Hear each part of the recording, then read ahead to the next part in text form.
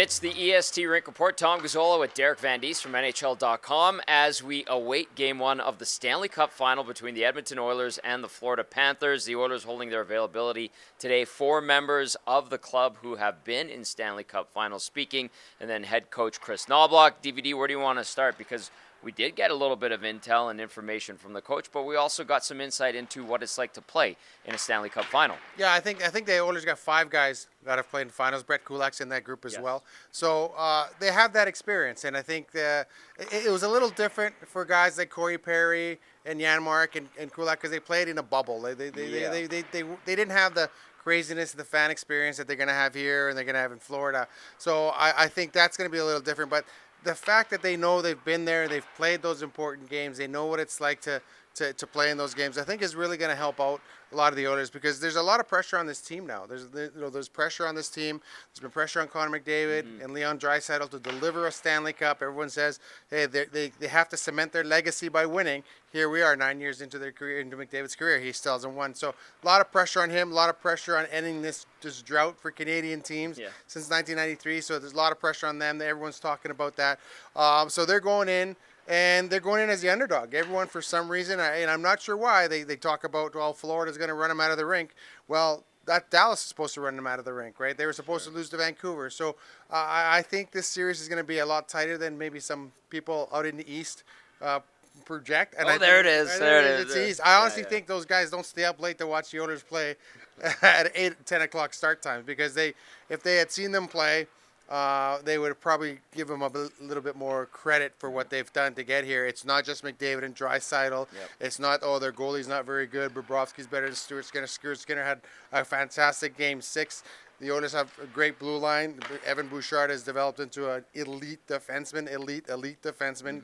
And so there's a reason why the Oilers, they have the top, 4 scorers in the postseason on this team. So I think there's a lot of good things going for them. And the Oilers can grind it out. If the Florida wants to get physical, the Oilers have those players that can get physical as well.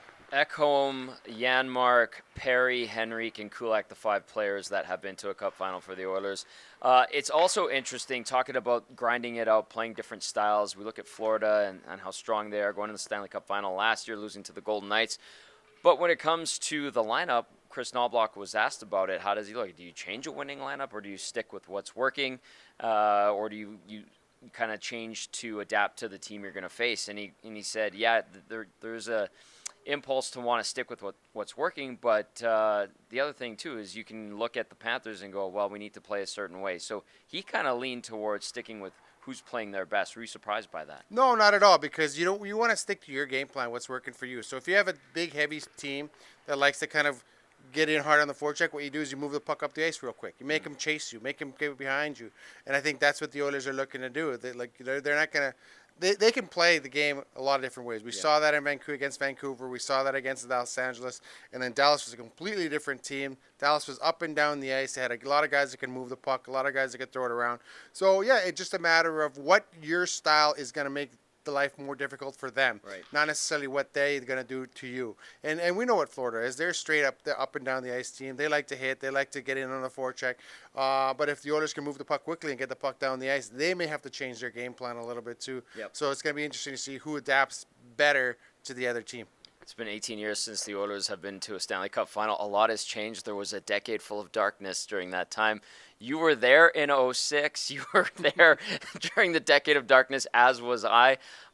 This has been a long time coming. What do you think this is going to be like for the city and the fan base and certainly the team as they look for a 6th Stanley Cup championship, which is incredible to say. Yeah, it is. And I was there for 06. That was actually my first year on the beat with the Edmonton Sun, and I'm thinking, this is great. This is great. My God, that year, the Eskimos went to the Grey Cup in 2005. Oilers Stanley Cup 2006. I'm like, this is fantastic. I'm going to love this. Easy. But that run was unbelievable. That run's a little different than this run because I think that run was unexpected. And I talked to Dwayne Rolson about that the other day. He's like, that was a Cinderella run. That was lightning in a bottle. They finished 8th in the conference. They barely got into the playoffs, and then everything kind of worked out. They beat Detroit, and then the other top 3 teams lost as well. So, and everything worked out. And that was a game. That's a series. You look back on that series, as Dwayne Rolson doesn't get hurt in Game 1, the Oilers win that series in 6 games. Right. So I think you need a bit of luck. You need to kind of you need the puck to bounce for you. But this team is different. This team is expected to win. This team is built to win. This team is supposed to be here. So there's a lot more pressure on this team in those regards that they're supposed to be here. They're supposed to be, built to win. They're supposed to be deep into their championship cycle now. They're supposed to be, this should have been their second or third, maybe fourth time in the Cup final, right? They're demanding. Yeah, demanding, but that's the way it is, right? Yeah. That's the way the fan base is here. But yeah, so I think it's a little different scenario going in. But the town was crazy back then. The town is crazy right now. Yep. I think this means so much to this city, and particularly because the fan base went so long with not much, and they remained loyal to this team. Yes, they did. sold out that building every night when the team was, they're out of the playoffs by December. So, and I think that's the one thing I think that's if anyone deserves a championship, it's the fans here that have been behind this team all the way. Very well said. A few days still between our next game day, which is interesting, and we had the schedule laid out well in advance, so this was going to be how it was going to. They're not going to move it up. It's starting June 8th. Do you think this is an advantage for either one of these teams? And then we did get a Evander Kane update if you want to pass that along too. Yeah, Evander Kane, he got banged up there, trying to deliver that hit.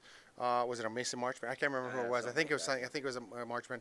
It was on Alex Petrak along the board. So it looks like he's going to be okay. He just banged up something. He's going to be okay. He's not going to practice tomorrow, which is not surprising when talking about. Hasn't been practicing all playoffs. He doesn't do practice. Talking about practice. Lucky. Yeah, the way his injury is, like, it's not that he doesn't want to practice. It's just the way that the hernia sports injury. It's better to rest than to practice. Yeah. So, but he might be on the ice Friday. In Florida, because the Oilers will fly Thursday, be in Florida Friday for media day, and then go from there. So it looks like he'll be fine. Any advantage to either team having this long of a break? No, I don't think so because, the Florida-New York series was very physical. So maybe for Florida to heal up some bumps and bruises, and Edmonton gets a rest. But I think that series against Dallas wasn't that physical. So that I don't think there's a lot of huge injuries. It'll help Adam Henrique get over that sprained ankle. Yep. It'll help Kane, and it'll energize McDavid and Draisaitl. Like if those guys get that week off rest, look out. Like McDavid looks like he's back to being Connor McDavid. Like he was shot out of a cannon the other night, and that goal was incredible. So that's the other thing the pundits say. Oh, Florida's going to wipe the floor with the Oilers. The Oilers have Connor McDavid. Did you not see that goal? Did you not see the ability that this guy has to just generate on his own? So it's going to be a fun series to watch. Hey, this was fun, DVD. We'll do it throughout the Stanley Cup Final. The Oilers and the Panthers in the Stanley Cup Final. Edmonton seeking its 6th championship in its time in the National Hockey League. That is the EST Rink Report.